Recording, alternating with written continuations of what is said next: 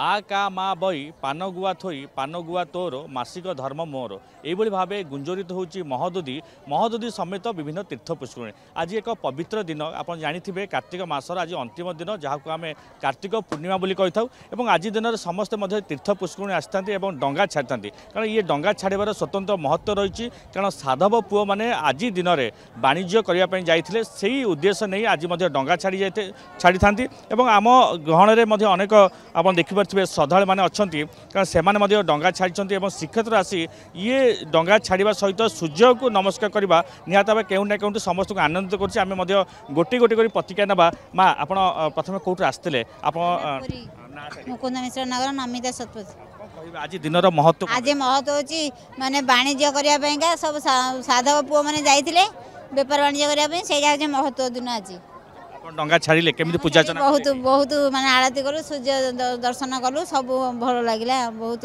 भलरे आज दिनटा कटिला। निश्चित भाव समस्त मनर से उत्साह रही कारण आज दिन में महाप्रभु राजराजेश्वरी बेश सुना बेश भक्त मान दर्शन देवे से ही उद्देश्य नहीं लक्षाधिक भक्तर समागम होती आम आउ कि श्रद्धा प्रतिक्रिया ना कह आज महोदय कूल आसिक डंगा छाड़े केमी पूजा अर्चना कले बालुका पूजा हो केमी डंगा छाड़े से जो गीत जो रही आम पूर्व जो वाणिज्य करने जाते साधव पुओ मैंने मन पके आज डंगा छाड़े से गीतटी कौन रही आज महत्व उद्देश्य कौन आज महत्व उद्देश्य होची आमर जो साधव मैंने आम ओडिशार जो थिला बोईत वाणिज्य करवा बोईत बसैबा आमर दीपावली अमावास्या दिन गोटे बोईत बंदापना हुए सेटा होगी रही है। आज का दिन में से बोईत नहीं जाती वाणिज्य करने से आज विदाय दिया हुए वाणिज्य को जावाईका से दिन को मन पकड़ आम बोईत बंदापना हुए बा से आम जो डंगा भसैबा गोटे रखीचु आका मा बोई पान गुआ खाई मासक धर्म मोर पान गुआ तोर जे से जिनटा को आम से पूर्व पुरुषों को मन पकईकि ये आमर जो नियमटा रही विधि रही आम से पालन करूँ कि मासकर जो पुण्यटा को आम सब निज आड़ को टाणियापी आम एतक करूँ जे पुण्यटा आम ही रही था जे सबू आम कर्म करूँ कि पुण्यटा आम ही रही था बोले से आम यहाँ खुशी पालन करूँ बहुत खुशी भी अनुभव हुए आते मसकर जिते कष्ट थाए उपवास रहा पूजा करवा दर्शन करवा ये सब कौन सी बाधा लगे जे जो खुशी ए सब मिले से सब भूली हो जाए किसी कष्ट लगे ये कारण ये आनंद आउ कौटी मिलबनी कि कौ खुशी देवनी से कष्ट सहबा पड़े राति उठ एक वक्त खाओ ठाकुर दर्शन कर चौरा पूजा कर से कष्ट किसी लगे आ सब खुशी आगे से किसी नुह वर्ष को अपेक्षा करिया निश्चित पुणी बंची तो निश्चित करूँ आपन अनेक बयस है यार भितर कार्तिक मास पालन कर आज महोदय कूल को आते निजक धन्य मन कर आज दिनटा सब पुण्य मासर पुण्य दिन ए कार्तिक पूर्णमीटा सबू स्त्री लोकों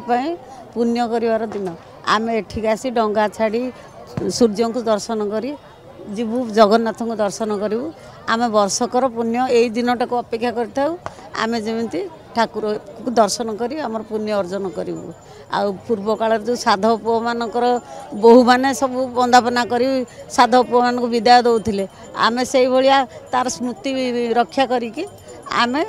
डंगा छाड़ुचु आमर मासकर धर्मर पुण्य नापी चेष्टा करुँ। निश्चित भाव जहाँ शुणुले कारण समस्त मन में से खुशी देती कारण एक अनन्य दिन से अनन्य दिन में आगे सहज कहि टे भिजुआल देखिए चतुर्पाश आप देखिपे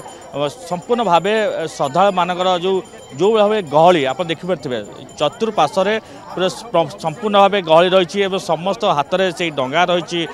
से डंगा छाड़ापी समस्त मन से इच्छा रही कारण श्रीक्षेत्र पंचतीर्थ डंगा छाड़ा महत्व एक अनन्य महत्व और जो भाव उत्कलिया परंपरा अनुसार आज समस्ते डंगा छाड़ी निजक धन्य मन करपटे आप देखिपे महाप्रभु दर्शन करने समस्त मन में से व्याकुल रही कारण तीर्थ पुष्कर स्नान कर डंगा छाड़ी और महाप्रभु स्नान महाप्रभु को दर्शन कले अशेष पुण्य लाभ मिलता है से आशा विश्वास नहीं समस्ते दूर दूरांतर अनेक श्रद्धा मैंने एक आम कह एक प्रकार प्रस्तुति जेहेतु 45 प्लाटून फोर्स मुतयन कर दुईटी ओड्राफ टीम को मुतयन कर लाइफ गार्ड मुतयन कर अर्थात आम कह कौन परिस्थिति में किसी अपरिस्थिति परिस्थिति न घटे से समस्त सजग रही समस्त से गोटे इच्छा आम से कालिया सात को देखू सुना बेश दर्शन करूँ से समस्त मन में से उत्साह से आशा देखा पुरी वीडियो जर्नलिस्ट सागर मलिंग शिवप्रसाद दास नंदीघोष टीवी।